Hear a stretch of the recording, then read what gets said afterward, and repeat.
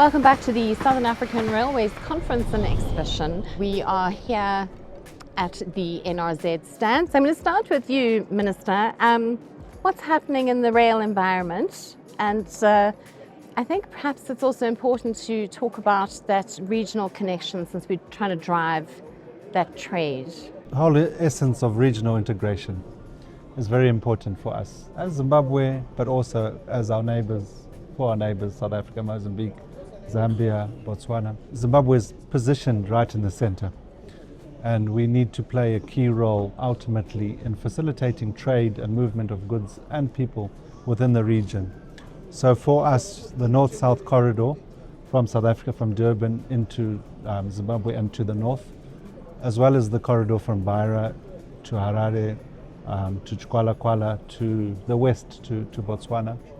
So we are working in collaboration currently with CFM of Mozambique as well as Botswana Rail. I think you've heard about the plans to establish a new port in Mozambique called Techobanine. And this port will allow access for trade from Mozambique into Zimbabwe to Botswana and ultimately we hope to Namibia. And this will cut the whole continent. Also the need for connecting South Africa to Zambia and the DRC in the north. So we have what's called the Lion's Den to Kafue missing link. A feasibility study has been done on this link, funded by the EU, and our Minister of Transport, Honourable Mona, will be signing an MOU with his counterpart in Zambia in the very near future to look at how we can bring this into operation. We'll collaborate with Mozambique and Zambia on this project. If you look at the amount of freight being carried by road from DRC, Zambia to Beira, it's just not sustainable.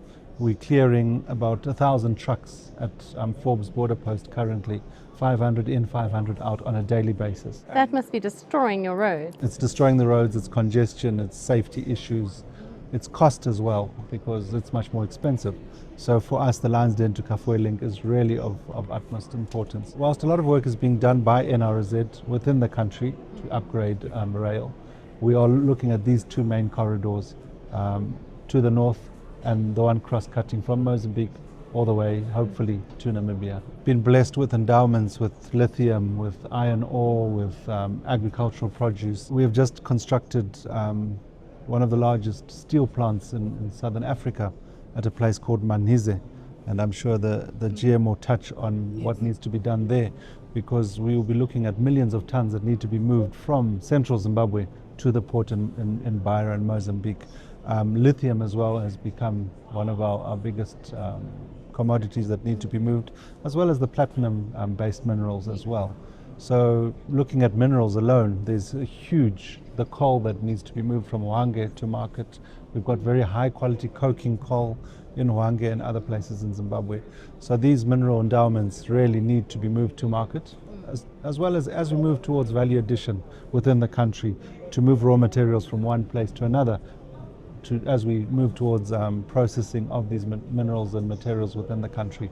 So rail for us is really of utmost importance, and that connectivity within the region is really something that we feel needs to be done as soon as possible. From an investment perspective, I know there's a lot of investment, and you were telling me earlier that it's not quite under the ministry anymore. So as the Ministry of Transport, we deal with policy issues with rail, but NRZ has moved to what we call the Mutapa Sovereign Wealth Fund. His Excellency the President, Dr. Idi Mnangagwa, and his cabinet made a decision that to reduce red tape and bureaucracy, let's establish a sovereign wealth fund and take entities like NRZ, Air Zimbabwe and others and put them under Mutapa, which allows for faster movement. So we stand in the space where we provide policy interventions, where we need legislative frameworks to be put in place, where we need to ratify protocols, like, for example, the Luxembourg protocol that was being talked about here. That's where the ministry comes in. Are you going to be ratifying that? We are already working on it, and it's something that's on our radar, and we really want to push that through as fast as possible. How are you finding your railways at the moment? There was a big investment program. NRZ in the past was doing about 12 million tons movement. And like the minister said, it was across agriculture, minerals, industry itself.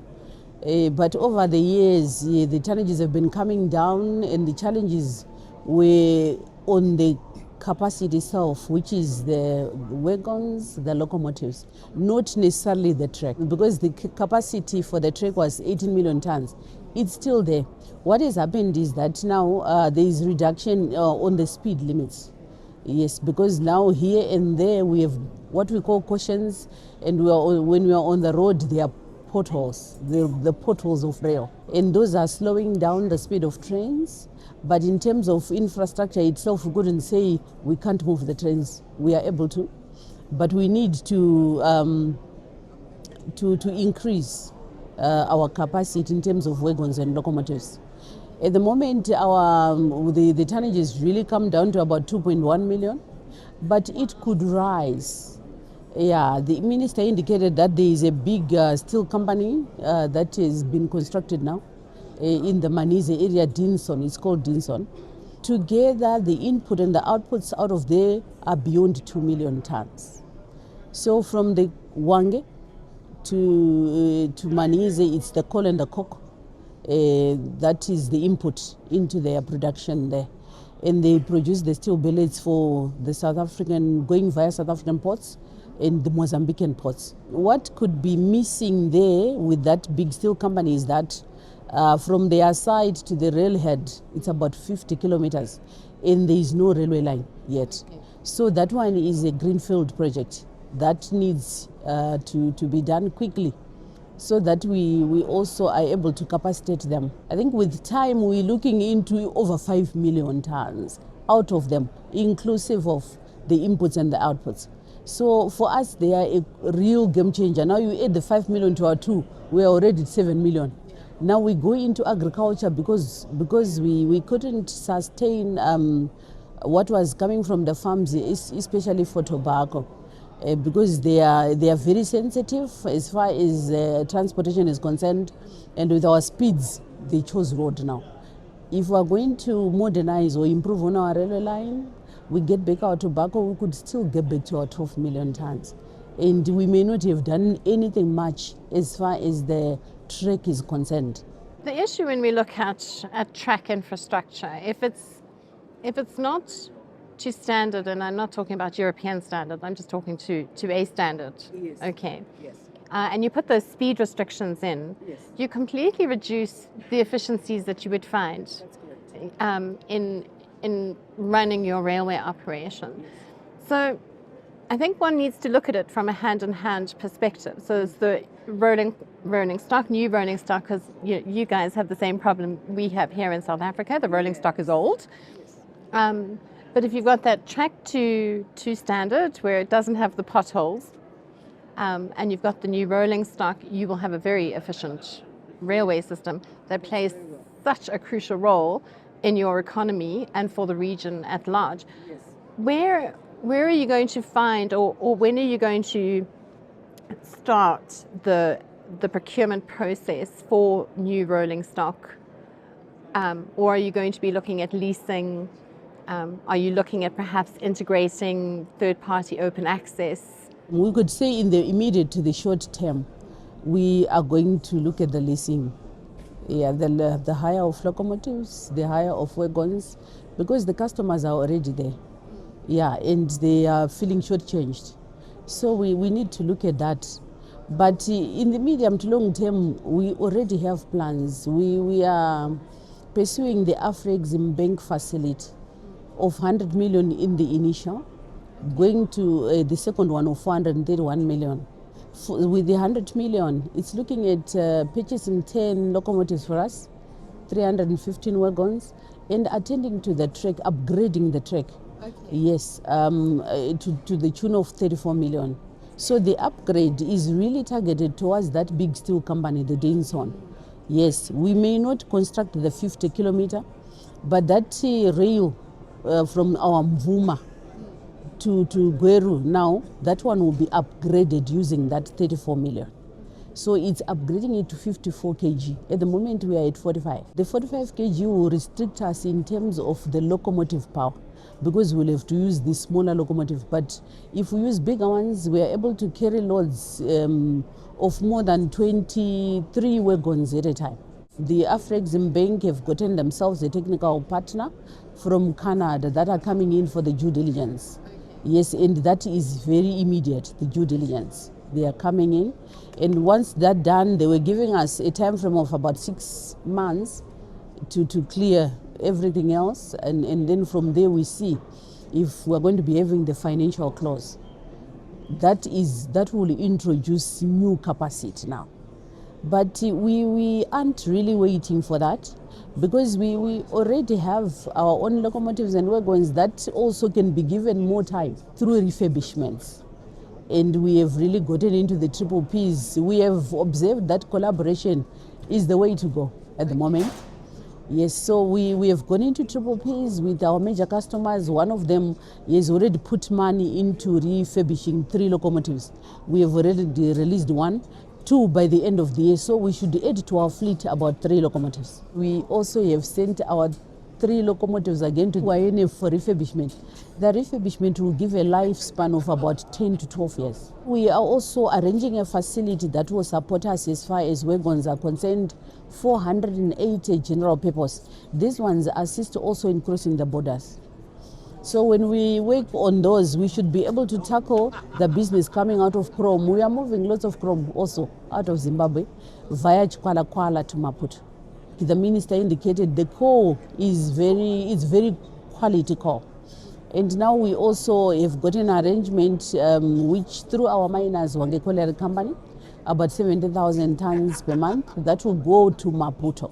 So it's capacity that we are also trying to create. Yeah, the collaboration we have on the railway line, on the track, is with Mozambique CFM and Botswana Railways. We'll deal with the Kwala into Dabuka, then to Bulawayo. That will assist as far as increasing the speed is concerned. Internally, we are working within our workshops. YNF is doing their business in our workshops, because our Bulawayo workshops was identified as one of the biggest workshops in the southern region. So we are working on our own 2 locomotives using internal resources, the money that we are able to generate out of the traffic we're moving. That we also believe by the end of the year we should have, so that we have 8 that we release, that we should start moving business with as we start 2026. Yeah, so our workshops, we are not just looking at the issue of working on the locomotives, but also on modernizing the equipment that we are using there. Functional, non-functional. But how many locomotives do you have and how many wagons do you have? For wagons, we are over 5,000 wagons. Yes, with 3,000 that are working. And the locomotives, 66. And we've got about 34 working. These are inclusive of the main line and the shunt, because we also do shunting. You're not doing passenger? At the moment we had stopped there because we had challenges with our stock as far as coaches are concerned. So we needed to upgrade them to bring them to the right standard, because now we felt that we were not serving our publics well, because they were also deteriorated. We are going to be having an event, an international event, a tourism event in Mutare in September, from 10 to 12 September. So we have also worked on a train there, a 10-coach train that is going to be carrying passengers to the event. We just upgraded it a little from just public use to a tourist train. For us, rail is of paramount importance. We are currently working on the Bulawayo to Victoria Falls Road, which had got into disrepair, and it's our main link from, say, South Africa to Victoria Falls, or the drive-in tourism. And if we don't fix the rail, whatever work we do on the roads won't last, will go to waste. The improvement of rail will move freight from road to rail, increase tourism, allow for cheaper, more efficient transit, allow our mining and agricultural produce to get to market, but also help with the regional integrations. If you look at it from the ministry point of view, we have worked on the Beitbridge border post, We are working on the Chirundu border post in the near future. We are upgrading the Forbes border post in the east in Mutare so that we remove bottlenecks at our borders. We are working on our main trunk roads from Beitbridge to Harare and working on Chirundu, starting on the Nyamapanda Road. And then also with air, we have upgraded the Robert Mugabe International Airport in Harare, as well as the Victoria Falls Airport. We've also upgraded the Bulawayo, Joshua Nkabuko Nkomo Airport in Bulawayo. We've also introduced open skies policy to allow more players to come into our skies. So we are promoting aviation, rail and road.